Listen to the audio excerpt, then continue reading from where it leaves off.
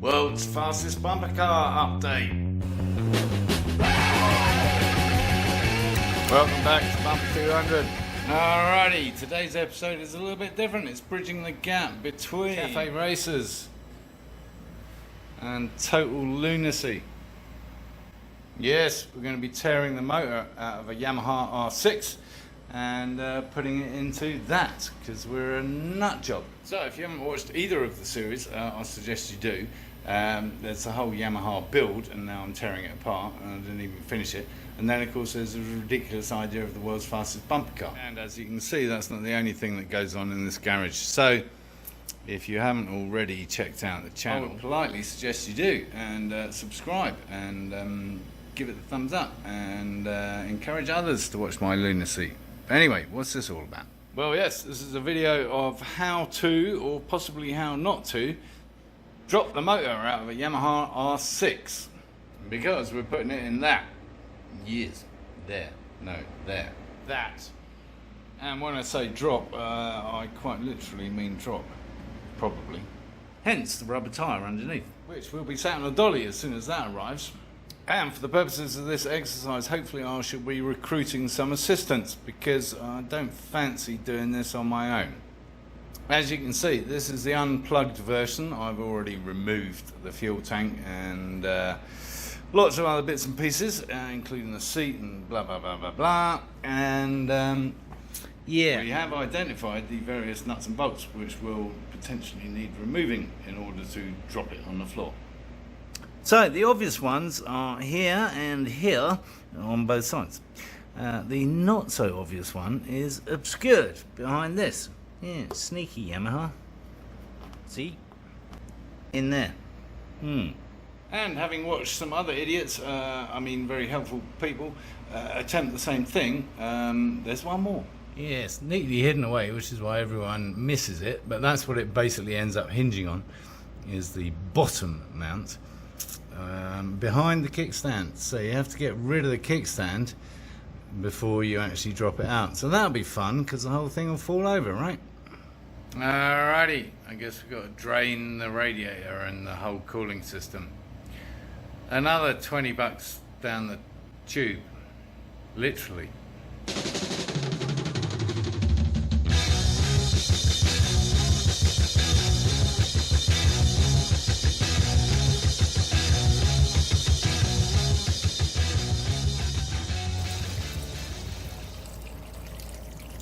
You get the general idea. Radiator removed. Evidence. Item number 1.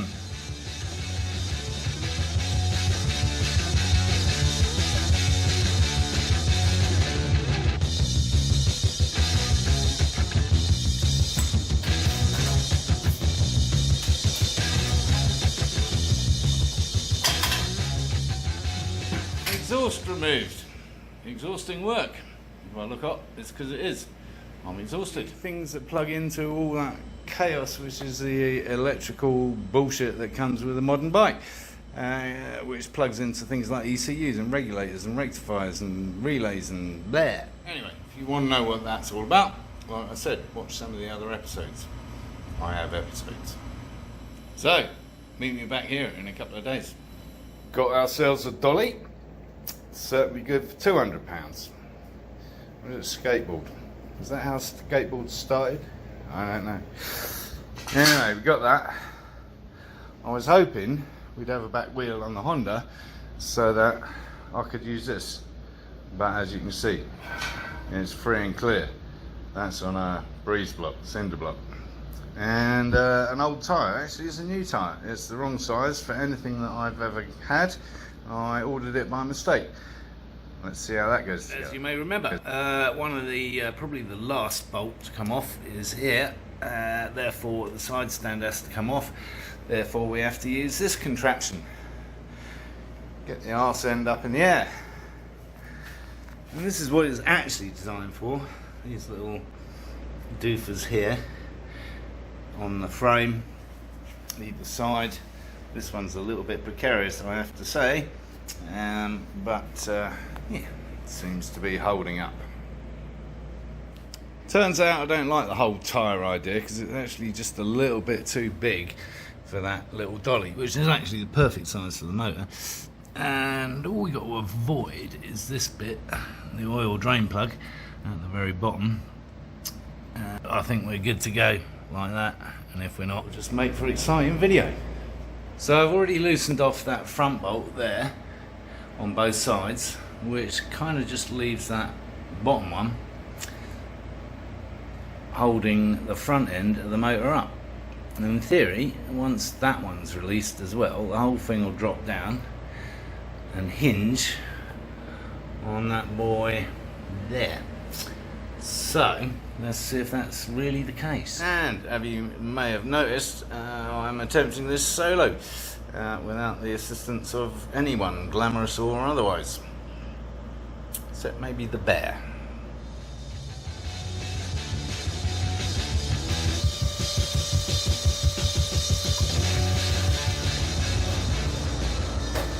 Well, apparently not.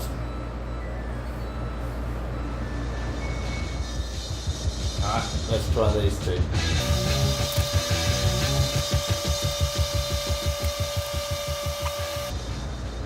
I remember these boys.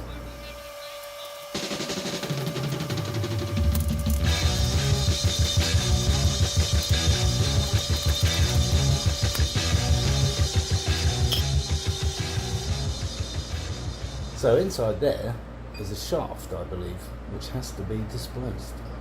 Well, I'm sorry you didn't see the final push, but that's exactly what it was. So there it is, moved forward, hinging now just on the last two bolts at the back, and all it took was a good shove from the top actually on the front end, because it's kind of wedged in there. And there's that collar that the other guy was talking about wiggling around that I was looking at. As usual, if in doubt, try a big screwdriver, hitting it with a hammer, or giving it a shove. Yeah, in this instance, a good shove was all it needed. Okay, there's the final bolt, and at this point I'm in two minds about several things. Firstly, the dolly. Although it's big enough for the base of the motor, which is now at an angle, as you can see, the bulk of the motor is kind of up here and in front of it. So I'm not convinced that that's going to hold it. Whether I need a bigger dolly or something entirely different, I'm not sure. So I'm thinking about a tyre just to drop it onto, and then definitely get some assistance to lift it onto something else. And if we're going to get assistance, we may as well get assistance to do that final step. It would be a sensible thing to do. Either way, not today. Which gives my good friend Mr. Blaster time to loosen it up a bit as well. Because if these are anything to go by, it's going to be quite stuck. So we'll put those back in a bag, just in case we do put the R6 back together again. And as you can see, they're all different lengths, and I didn't know which one came from where. I was too busy wondering whether the bike was going to fall over, the engine was going to drop on my foot, etc. That'd be fun, trying to work out what goes where if we ever bother. Anyway, I thought I'd disconnect the throttle cable. Now marked stop and go. Red for the return, green for the open. And so you can take the return one out quite easily because it's slack, and then you open it up to the full open, and then this boy pops out. Just a bit of wiggling. Just need to loosen those off, and they'll be freed up and dangling like the motor itself. Anyway, it's nice to have all this room to work in all of a sudden. Yeah. Possible solution, bigger dolly. Yes, thanks to my friends Sue and Paul. To get it under there, I've had to jack the front of the engine back into the frame, so you might get a repeat performance. We'll see what happens when we take that bit of wood out. It might just drop down again. Yeah, so how to put an engine back. Block of wood and a jack. Talking of precarious, yes, had to jack the whole thing up high enough on that piece of wood to get that onto the breeze block, to get that under the middle, get the jack out of the way, and now we've got to reverse that situation.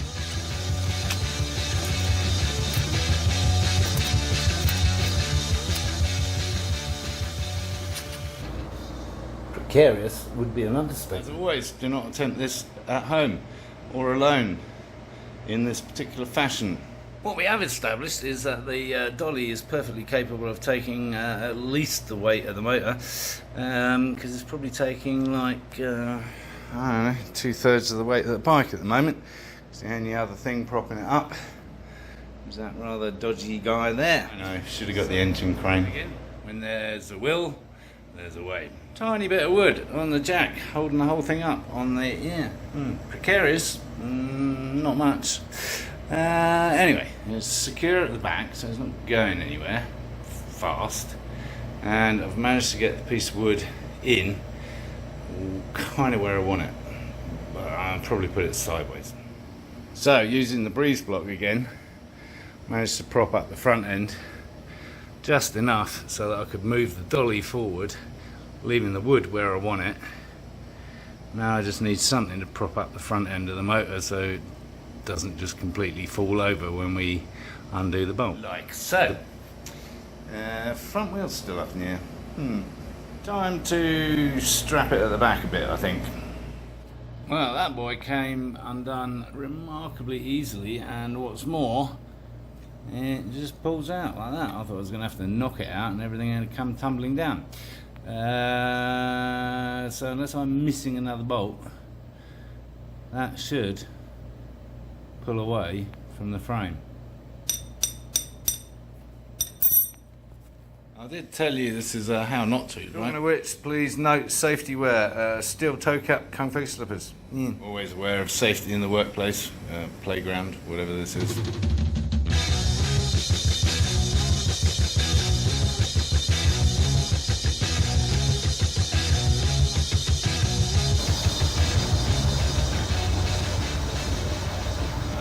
Tougher than I look, eh?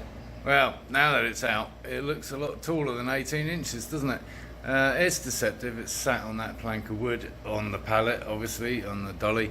Reality is it's probably nearer 20 inches. So there's another 2 inches we got to sort out. And now I'm looking at this. I'm thinking there's a distinct possibility we'll put it back in after we've finished. Because this will give me an opportunity to do some of the things that I was talking about doing, and I didn't because I couldn't take the motor out. But one of which is in-frame wiring, which I've done on the Honda. So all this goes into the actual frame and comes up through the tube, all nicely hidden and protected. And I shall be doing the same with this. We've got some holes already, just need to drill some somewhere else, down here, and probably give the whole thing a lick of paint. So there's something to look forward to, the reinstallation of a Yamaha R6 motor in a year's time, probably. There, so that's that all wrapped up, or rather, that's that all wrapped up. And seeing as we're wrapping things up, well, I think that's quite enough excitement for one episode. And what an episode it was. As usual, thanks for watching. If you thought it was any good, give it a thumbs up. If you haven't already, subscribe so we can do this again. And of course, encourage others to watch my lunacy.